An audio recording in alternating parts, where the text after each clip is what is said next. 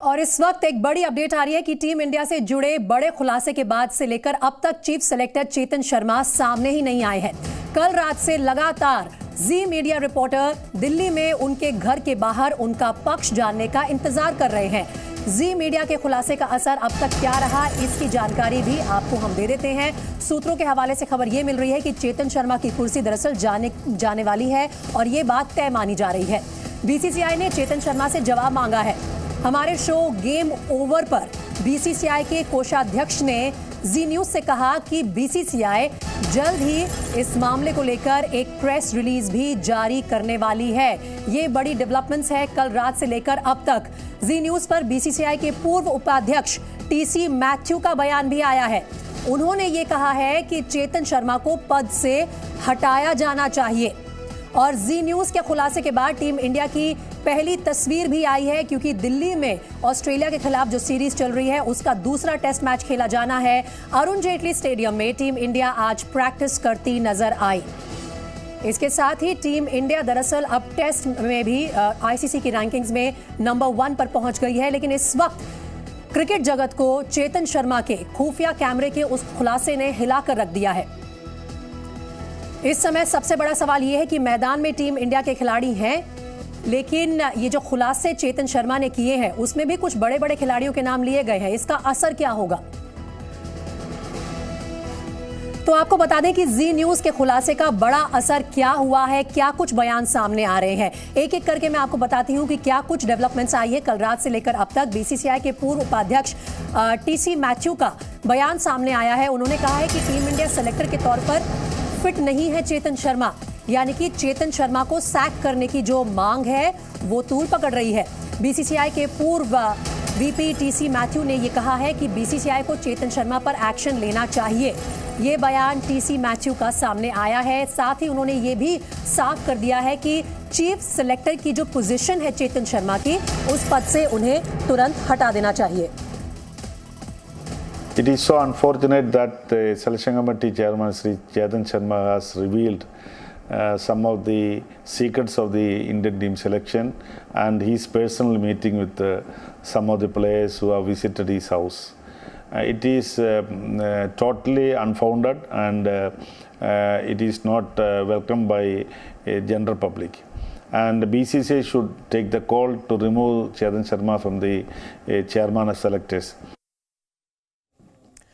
तो लगातार हमारे शो गेम ओवर पर तमाम प्रतिक्रिया आ रही हैं और जी न्यूज के शो गेम ओवर में चेतन शर्मा ने जो कुछ अहम खुलासे किए उनमें से एक ये था कि टीम इंडिया के खिलाड़ी फिटनेस हासिल करने के लिए इंजेक्शन लेते हैं। इंजरी छिपा के ले जाते हैं। 15% अगर इधर उधर होते नहीं है ना, 85% में भी हमें बोलते हैं सर खेलने दो सर, बट मेडिकल साइंस नहीं क्लियर करती ना उनको, तो वो प्रॉब्लम आती। प्लेयर तो खेलना था, प्लेयर नहीं बना था। अगला की जैसे बुमराह बोला झुकी नहीं पा रहे तो क्या करेगा, तो 1-2 ऐसा जो मेजर इंजरीज हो जाती है। अदरवाइज तो 80% में भी ये तो बदमाश ऐसे हैं ये तो चुपचाप जाके कोने में जाके इंजेक्शन लेके देंगे सबके टाइम पे। चलिए, इन बड़े खुलासों पर लगातार हमारे रिपोर्टर्स प्रतिक्रिया जुटाने की कोशिश भी कर रहे हैं। बीसीसीआई ऑफिस जो मुंबई में है वहां पर मौजूद है अंकुर त्यागी और साथ ही दिल्ली में अरुण जेटली स्टेडियम पर कपिल वशिष्ठ हमारे साथ यहां से जुड़ रहे हैं। मैं पहले अंकुर आपसे ये पूछना चाहूंगी कि बीसीसीआई ऑफिशियल प्रेस रिलीज कब जारी करने वाली है, क्योंकि जो खुलासे किए हैं खुफिया कैमरे पर जी न्यूज के चेतन शर्मा ने, वो कोई छोटी बात नहीं है। बीसीसीआई को अपनी ऑफिशियल रिएक्शन तो देना पड़ेगा। देखिए, जाहिर तौर पर आज हमारी सुबह जो ट्रेजरर हैं आशीष शेलार जो मुंबई में रहते हैं उनसे भी हमारी बात हुई थी। उन्होंने भी यही बात कही थी कि बीसीसीआई इसके ऊपर जल्द ही अपना ऑफिशियल जो स्टेटमेंट है वो रिलीज करने वाली है, लेकिन फिलहाल अभी तक इस तरह की कोई हैपनिंग होते हुए हम देख नहीं रहे हैं। मैं बीसीसीआई ऑफिस में मौजूद हूँ। ऑफिस बीयरर्स यहाँ पर ज़रूर आ चुके हैं, लेकिन जो पदाधिकारी होने चाहिए, जो कर्ता धर्ता हैं, जो एक्चुअली बीसीसीआई को चलाते हैं, उनमें से एक भी नाम अभी तक यहाँ पर नहीं पहुँचा है और उसकी पहुँचने की उम्मीद भी कम है।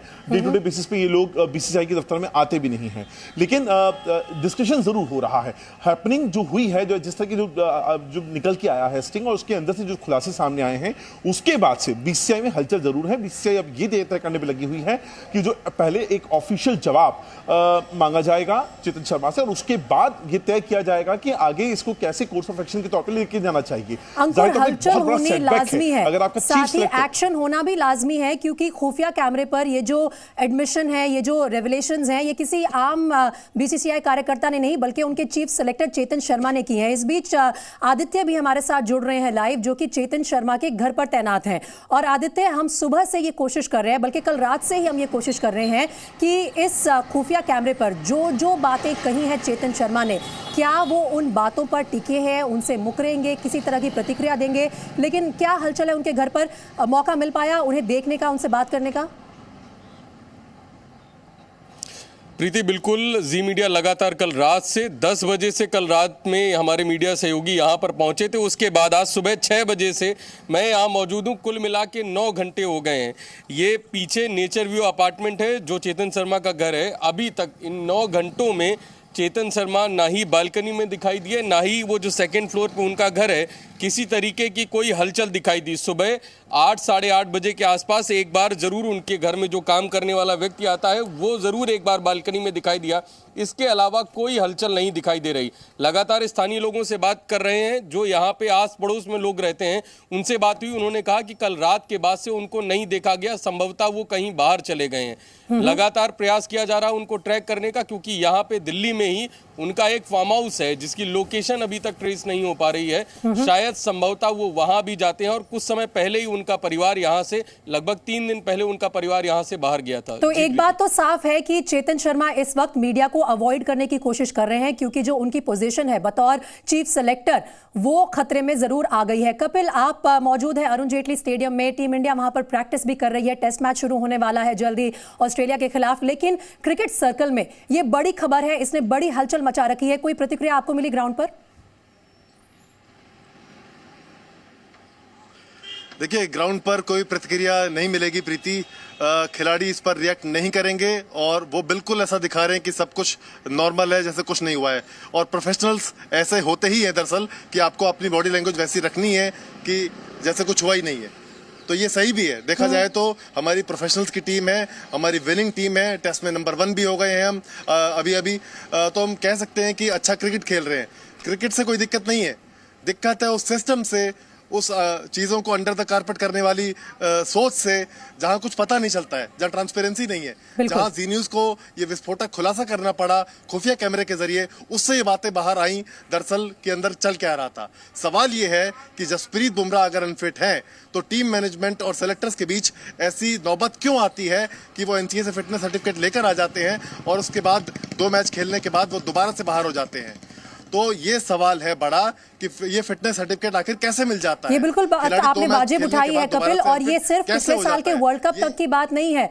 जसप्रीत बुमराह को हाल फिलहाल की जो बायलैटरल सीरीज हुई है उनमें भी फिटनेस सर्टिफिकेट मिल गया था, लेकिन वो उनमें नहीं खेल पाए, क्योंकि जैसे ही मैदान में उतरते हैं पता चलता है कि वो पूरी तरह से फिट नहीं है। लॉन्ग टर्म में ज्यादा बड़ी इंजरी हो सकती है। आप तीनों बने रहिए हमारे साथ। इस वक्त एक और बड़ी अपडेट आ रही है इस खुलासे से जुड़ी हुई। जी न्यूज के खुलासे पर एनसीपी नेता और महाराष्ट्र सरकार के पूर्व मंत्री का बड़ा बयान सामने आया है। जितेंद्र आवाड ने जी न्यूज के खुलासे पर एक प्रतिक्रिया देते हुए कहा है कि चेतन शर्मा को ऐसा कहना नहीं चाहिए था।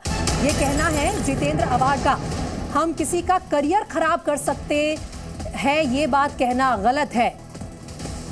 तो पॉलिटिकल सर्कल से जो प्रतिक्रिया आ रही है वो भी सुना देते हैं आपको। ऐसा है कि जो कुछ चेतन शर्मा ने कहा उनको पहली चीज कहना नहीं चाहिए।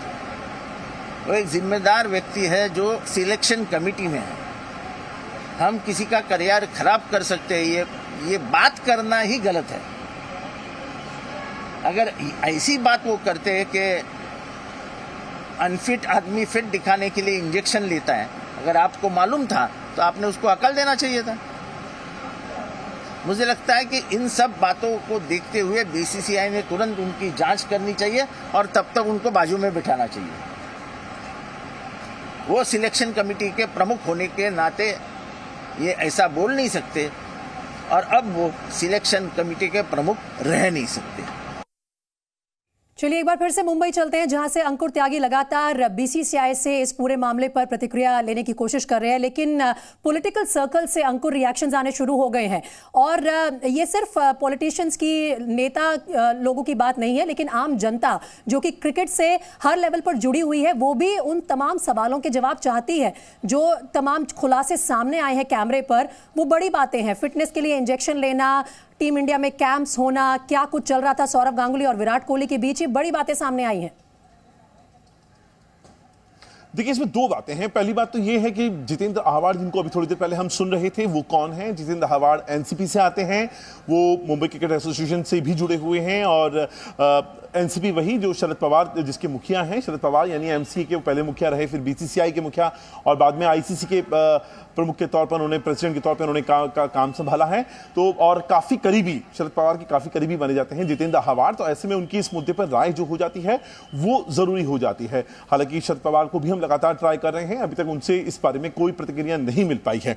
जब तक सवाल आपने कहा, यकीनन तौर पर अकाउंटेबिलिटी अब बीसीसीआई को तय करनी पड़ेगी। अगर उनका चीफ सेलेक्टर ये वाली बात कह रहा है, अगर चीफ सेलेक्टर कहता है कि खिलाड़ी इंजेक्शन लेते हैं, तो क्या ये एक इनर सर्कल में इस चीज को का कंफर्मेशन था, उनको पता था?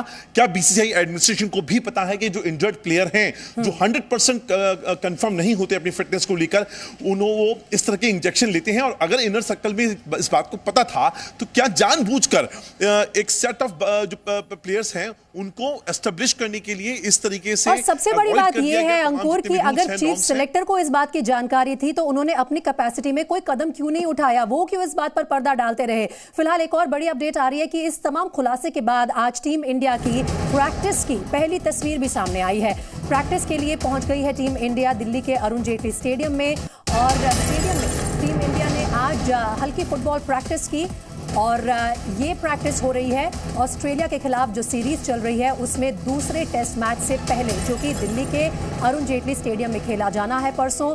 और आप देखिए प्रैक्टिस की जो तमाम तस्वीरें सामने आई हैं, उनमें विराट कोहली टिप्स देते नजर आ रहे हैं अपने साथियों को। फुटबॉल प्रैक्टिस की है टीम इंडिया ने, और उससे पहले आज सुबह विराट कोहली अपने घर से ड्राइव करके खुद स्टेडियम पहुंचे थे।